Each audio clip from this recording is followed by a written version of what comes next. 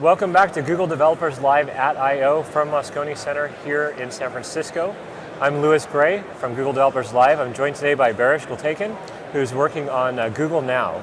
Yes. Welcome, sir. Hi, thank you. And you're the Director of Product Management in the search team, focused on Google Now. Google Now has really been incredible, I think, in a revolution in search, to have the card-based capability and some of the automation that you're doing, and really trying to anticipate what it is the user's looking for and tell them just at the right time.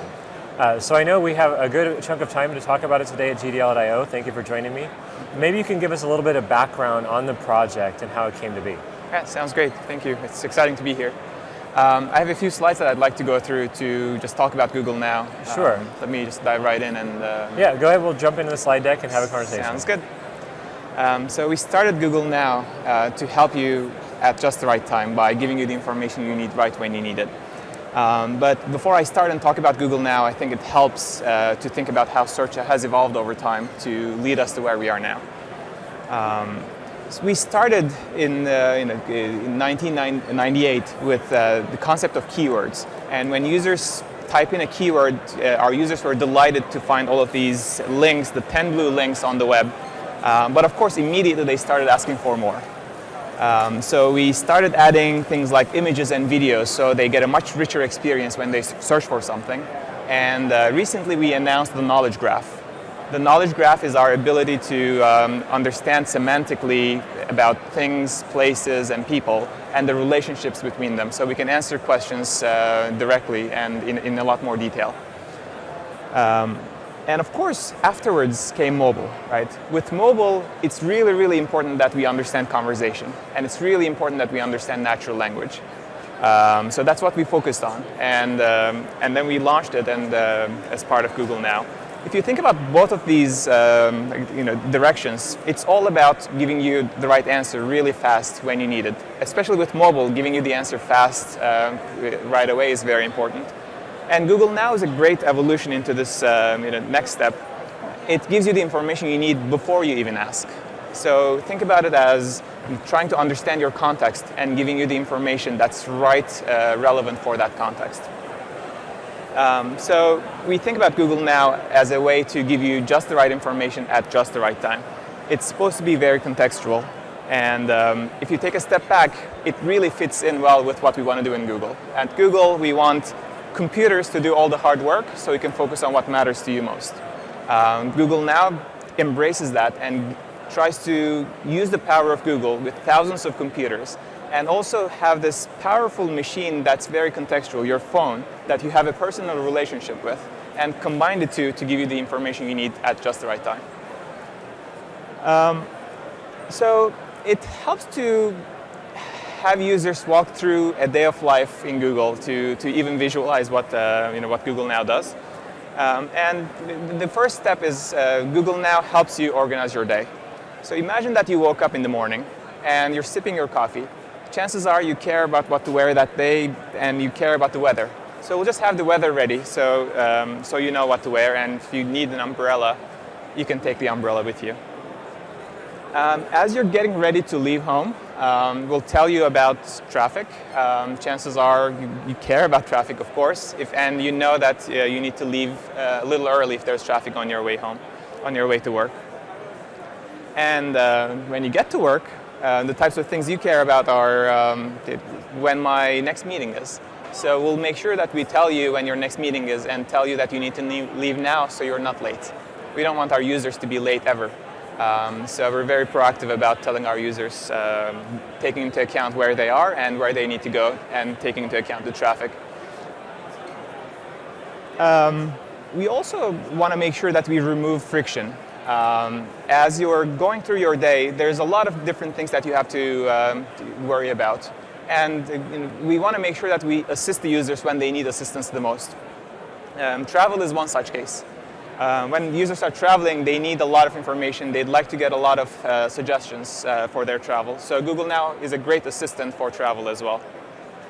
For instance, when you're traveling and you're waiting for the train to come, we'll tell you that here's the next train. It's going to arrive in 5 minutes. So you know that you need to hurry up a little bit to get to your destination. Or when you arrive at your airport, we'll have your flight status, so you know that you can take your time and grab a bite before you get to your gate. We'll also have your boarding pass ready, and when you take that flight and land at your destination, we'll help you get to your hotel. So that's one less thing to worry about. Another thing that we really want to do is we want to help you discover new things as well. So, for instance, when you're at a symphony with a loved one and your mind is back at home about the sports team that you care about, we'll keep you updated about live scores. And when you're traveling and you are wandering around, we want to make sure that you don't miss that cool photo spot that everyone is taking pictures at. So we'll show you where that photo spot is. And as you're getting ready for the weekend, we also want to help you find cool things to do for Saturday evening. We'll show you comedy shows or concerts that weekend.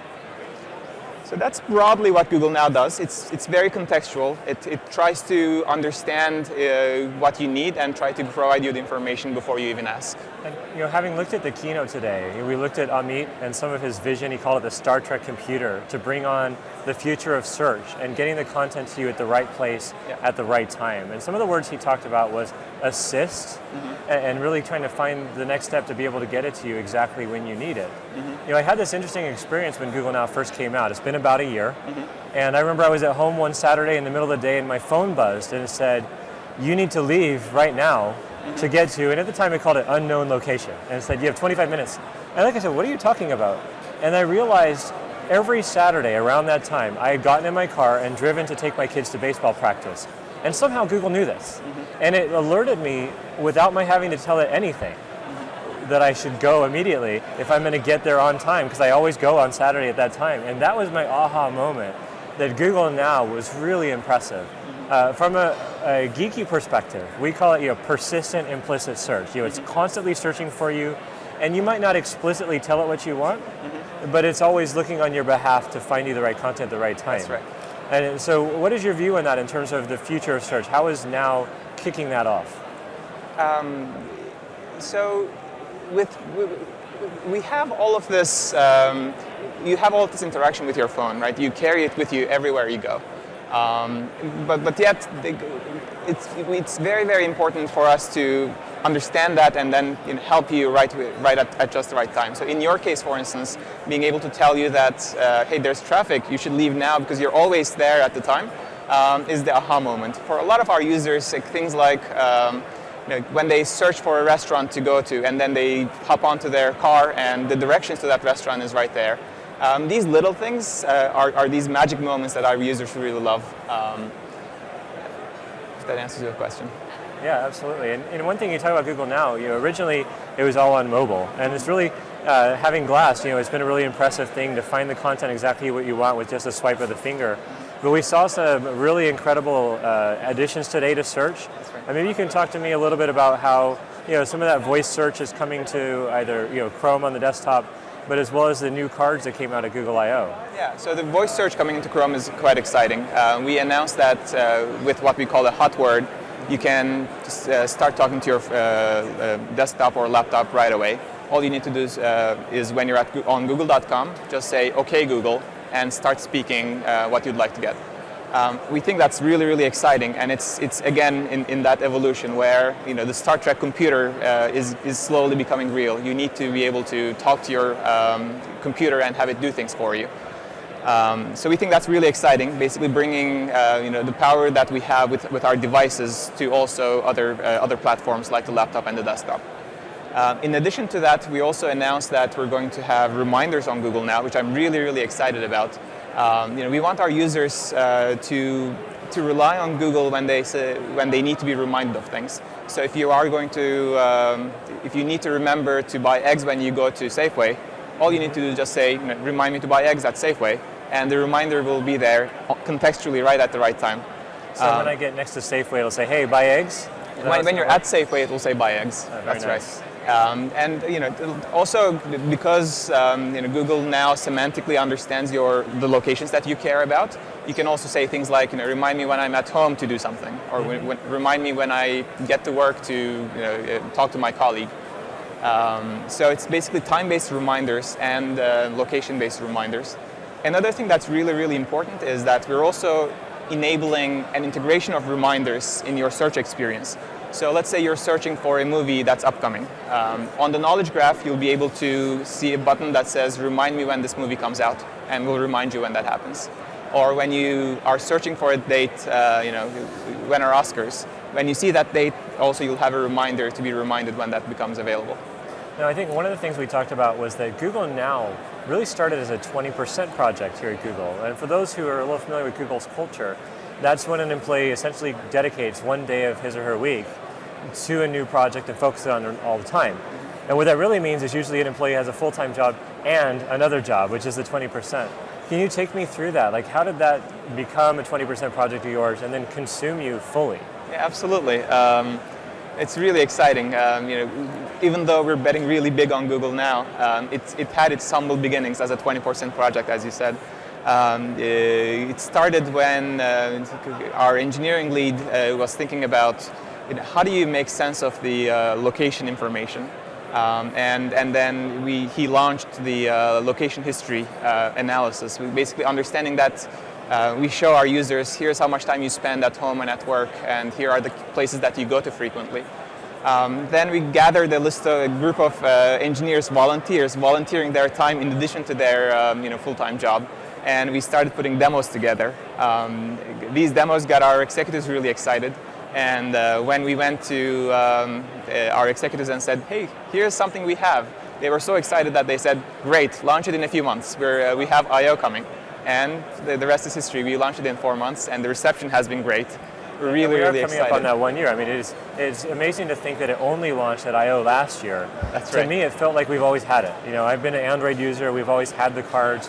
It's really easy to kind of look and see what the sports scores are. Mm-hmm. And it learned really quickly. It says, hey, this guy likes, I like the A's, you like the Giants. We can still be friends. But you still get to see that content, the sports scores and the stocks and the news and the weather. And it's been really interesting to see that kind of recommendation pop through and get exactly what you want. Mm-hmm. Now, I/O is a developer conference, so I'm going to ask you a geeky question again. Please go ahead. You look at this, it's really got to pull from a lot of different places. You talked about location history being the first one. So you've got to pull from the Directions API, Calendar API, Google Translate API. How did you go about looking at all of these different APIs to make one cohesive service? Mm-hmm. And did having those APIs in play make it a lot easier and a lot faster to ship? You only had 4 months. Absolutely, yes. So we have a huge benefit of sitting on top of all of the Google services that our users use and love every day. So when we started, we rely on a lot of core services that Google has. Location is one of them, but also calendar, email, and the searches that you have. So we have the benefit of all of these teams thinking really hard about those instances when users use those products. And what we do is we bring information from those products to the user proactively at the right time. So we did have a lot of benefit from all of those APIs that are available to us. Right, and I think what I saw with Google Now, you look at today's keynote, and a lot of it was about having the same environment on desktop, on mobile, on tablet. Android introduced the capability to dismiss notifications across each of these devices. Is that something where we're looking at having a unique, a similar interface on each of these devices as well with Google Now? That's right. So we announced availability of Google Now on iOS, iPhone, and iPad recently. So we want to make sure that we bring our services to where our users are, regardless of the platform. So starting with Android, we brought it to iOS, and now part of it is also available on the desktop. Yeah. So we want to make sure that our users get the best of Google, regardless of where they are. Now I'm going to bring up the Giants one more time, sure, but in a different way. So a few months out of the year, I'm intensely interested in a couple sports teams, because I'll play fantasy football, right? And so I'll find myself constantly checking on the scores for the Washington Redskins and the New York Giants because I've got a couple of their players. And then after that, I don't care. And so how easy is it for somebody to dismiss something where Google Now infers an interest, but it might be a temporal interest? What kind of information can they do to help teach Google Now and make it better? So we do various things. We try to understand the likelihood that you're interested in something. So things like, time decay, for instance. The last time you were doing a search and you were engaging with Ace or Giants, if it has been a long time since you've engaged, then we'll take that into account in understanding whether you care about seeing that information. There's also things you can do, like dismisses, for instance. We'll learn from your dismisses. We give a lot of control to our users, so they can also tweak the cars that they're seeing. They can add more sports teams. They can remove sports teams. So all of those in combination are the things. Either implicitly we try to understand that was temporal, or explicitly you can teach the system by dismisses or saying, no, I don't want this anymore. Mm-hmm. Now, is there a Google Now API? Is there a way for developers to tap into that and make their own custom cards, or ways for the applications to interface with that? So we have a couple of partnerships that are already live. For instance, with United Airlines, when you check in, you'll have your boarding pass ready when you arrive at the airport. Or when you purchase a ticket through Fandango, that ticket will be ready when you arrive at the movie theater. We also have a partnership with Zillow. If you're in the market for a home, we'll show the open houses in the area you're looking. In addition to all of this, today we are also announcing that with our select partners, they can mark up their emails so we understand whenever there's a flight or whenever they have a hotel or a reservation coming up. So all of those are ways where we engage with our partners to provide more information into Google to show to their users. So what type of information goes into Google Now to improve recommendations? You talk about location, you talk about possibly search history. What else does Google take from the different pieces that you're watching on the mobile phone to make your cards even more smart? Right. So location is a core component, and we want to be able to help you, get to your next destination and tell you traffic about it. So location becomes a very core component of Google Now. Searches are quite important, and we'd like to help you, continue researching, or we'd like to help you, get to your next destination because you've been researching that place. So search is another component. Calendar is really important, right? Because with calendar, you're explicitly saying, I have this meeting that I need to get to. So there are many things that we can help with that experience. So we focus on that as well. At large, what we try to do is we try to think about what are the instances in which our users need assistance the most, and could we predict and help in those instances and prioritize that way. So I had an incident recently when I was traveling. I flew over to Paris, and I opened up my phone, and first time I get Wi-Fi access, I look at my new cards, and it was really incredible to see how not only did the phone know what I was doing, but it had all this helpful stuff. Mm-hmm. I know your demo basically talked about places to take photos. And for me, I'm not really a huge photographer, but I appreciate knowing that. Yeah. But it had stuff like conversions. It would say how many dollars a euro is and other bits. But what are the things that play into travel? Like what kind of really cool cards can come up when I travel 3,000 miles? Yeah, so when you travel, there are a couple of things we show. We show you time at home, so you know when to call back home. We'll tell you things like conversion rates, the currency conversion rates. We'll give you information about translation, so you have a translation tool at your fingertips. We'll also show you attractions if you're new to that city. If you've been to that city multiple times, chances are you don't care about attractions anymore, so we won't show it. Also, we'll help. How many times is a number of times? Is 3 a lot? Is 5 a lot?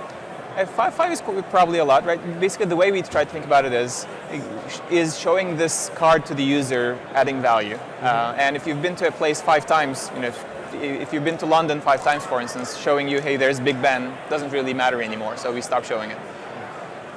We also want to make sure that throughout the process of traveling, we help with various things. For instance, if you were searching on Google a week before you go there about getting to a destination, for instance a restaurant that you're going to meet your friend at, we'll show you directions to that place when you're there. So it's basically a collection of things that we want to help you manage your day-to-day life, as well as little tools that will also help with the experience, in addition to helping you discover new content like photo spots nearby or attractions.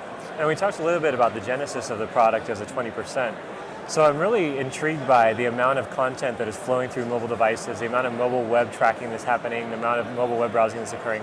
Would this project even have made sense in a world without smartphones? Like, would it even have happened? Like, what were those trigger points that says, aha, we've got to do this? I think mobile is critical, right? Because mobile, first of all, it's a very contextual device. It has location in it.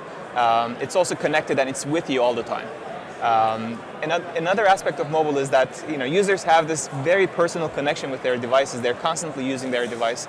I think mobile is key in helping us understand what your context is, helping us understand in what situations you need this type of information.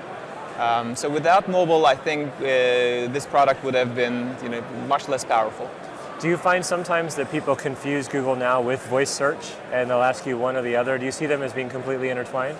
I think the whole search experience is we think of it as a whole. So Google Now is part of the Google Search app on Android as well as on the iPhone. You can search with your keyboard.